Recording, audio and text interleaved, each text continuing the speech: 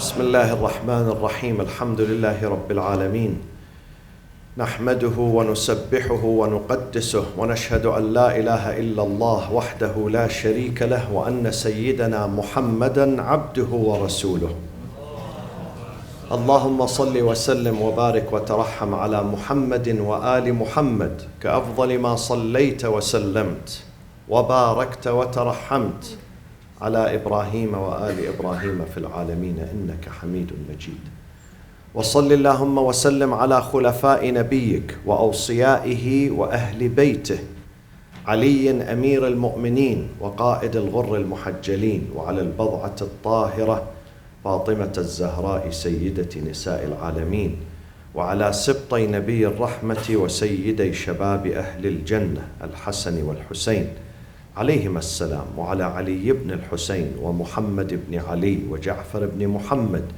وموسى بن جعفر وعلي بن موسى ومحمد بن علي وعلي بن محمد والحسن بن علي والخلف الهادي المهدي عجل الله تعالى فرجه وسهل مخرجه. عباد الله، أوصيكم وأوصي نفسي بتقوى الله ولزوم أمره. قال الله تبارك وتعالى في كتابه الكريم: وقضينا إلى بني إسرائيل في الكتاب لتفسدن في الأرض مرتين ولتعلن علوا كبيرا.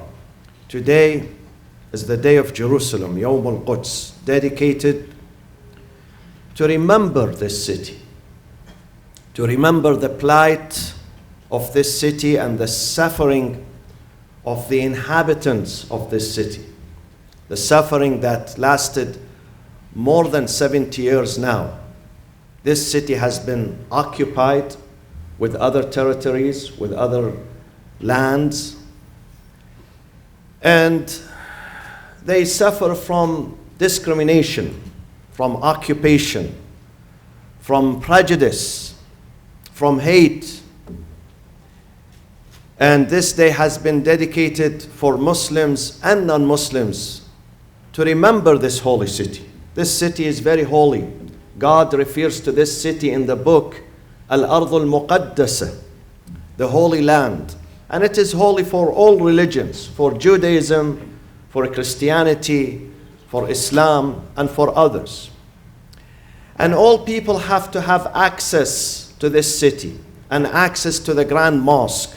They have to enjoy the freedom of religion. They have to enjoy respect when they go to this city. But this is not the case with the Israeli occupation of Palestine and of Jerusalem. My friends, the Palestinian cause is not about a struggle between two religions. There is no struggle between Judaism and Islam. The message of Musa alayhi salam occupies a huge portion of our own book, our own Quran, the stories of Bani Israel. One of them is chapter 17. The entire chapter is named after that community. It's not about a prejudice or racism. Islam does not look down at any religion, let alone the Jews, or any community. Islam respects human beings. As long as in ahsantum they do good, they are respected. When they do evil, even if they are neighbors of the Prophet, living in the same street, God says they are not worthy of respect. So it's not about race. Race, color, language is not an issue in Islam. Islam is the religion that puts piety and righteousness, taqwa, first and foremost, not the race. No race. In this mosque, how many cultures we have, how many colors we have, how many we have more than 25 different nationalities standing shoulder to shoulder. You don't ask your friend about his nationality. You don't ask. Piety and righteousness, inna akramakum indallahi atqakum. This is important in Islam. So the Palestinian cause is not about a struggle between two religions. It is about a conflict between two ways of life, two types of objectives. and rationale in this life. One of them wants to dominate. One of them wants to drive out and force out and expel the original people of their land, and then bring guests from overseas into that land. That does not work. One time I asked the American people here, and I always ask the far right people in this country, the far right in America, the white people in America, the most important issue for them today is the issue of immigration. They don't like immigrants. They don't welcome immigrants. Let me ask them this question. Would you allow some immigrants to come to America and occupy your land and drive you out of your land, expel you, and take the land for themselves? Would you accept this? Would you accept this issue? It's as simple as that. None will accept that. The same thing is happening in Palestine against the Palestinians. They are driven out of their lands, homes. Their homes being demolished. A family that owns the house, a property for so many 100 years, because their son attacks the army, the entire house is being demolished and they are driven out. And for 70 years, there are Palestinians who are living in refugee camps. 70 years. Someone who was born there, he lived there, he died there. He never saw the outside world. He's living in a refugee camp in Jordan, in Syria, in Lebanon, in other countries. And they have no right to go back home. They have no right to go back to the land of their ancestors. Is this justice? Do you really want to create peace? Peace which is forced upon you? That does not work. This is not peace. Don't waste your time. Peace is not based on discrimination and racism. Peace is not based on occupation. The other day, the Israelis, they annexed the Golan Heights that they occupied in 1967.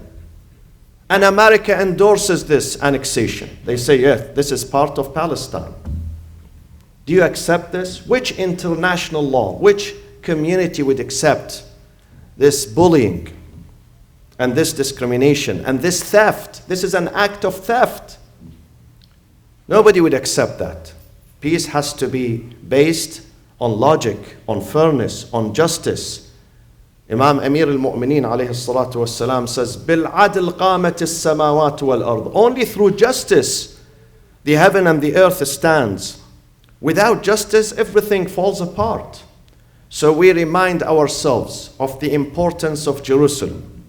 And we remind Muslims and non-Muslims about the plight of the Palestinian people and the plight of this holy land. This holy land should not be occupied.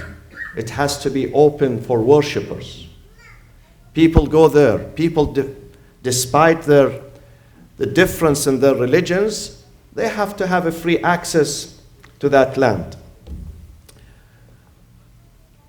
One of the funniest scenes that I've seen in my life was yesterday when I was following live the Arab summit in the city of Mecca.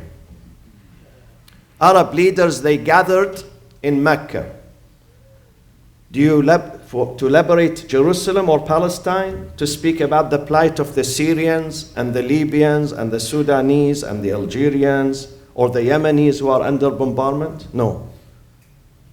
None mentioned this. They came to condemn the victim, which are the Yemeni people, to condemn them, and to praise and reward the criminal, which is Saudi Arabia. Arab leaders are meeting next to the house of God in Mecca during the last 10 days of the holiest month in Islam. During the month where you have to speak justice, you have to defend justice, you have to respect those who are oppressed, you have to reach out to them, you have to speak about Yemen. 24 million people are starving in that country. They are perishing. They came to praise the criminals. This is how leaders and dictators and despots are acting. So there is no faith in them and there is no hope in them. The hope is in you, the believers, the mu'mineen, that inshallah ta'ala, as I said last year and the year before last year, we liberate inshallah these 3 cities, Mecca, Medina and Jerusalem inshallah. And we make them open for people who believe in peace, people who believe in love, and people who believe in God. Bismillah ar-Rahman ar-Rahim. Inna Allah ya'muru bil-'adli wal-ihsani wa ita'i dhil qurba wa yanha 'anil fahsha'i wal-munkari wal-baghi ya'idhukum la'allakum tadhakkarun. Allahumma ighfir lil-mu'minina wal-mu'minat wal-muslimina wal-muslimat الأحياء منهم والأموات تابع اللهم بيننا وبينهم بالخيرات اللهم تقبل منا صلاتنا وصيامنا وطاعتنا ودعاءنا وقرآننا في هذا الشهر العظيم واجعلنا فيه من عتقائك من النار من على مرضانا بالشفاء والعافية وعجل في فرج إمامنا وقائدنا ومنقذنا صاحب العصر والزمان وإلى أرواح المؤمنين والمؤمنات ثواب الفاتحة مع الصلاة على محمد وآل محمد.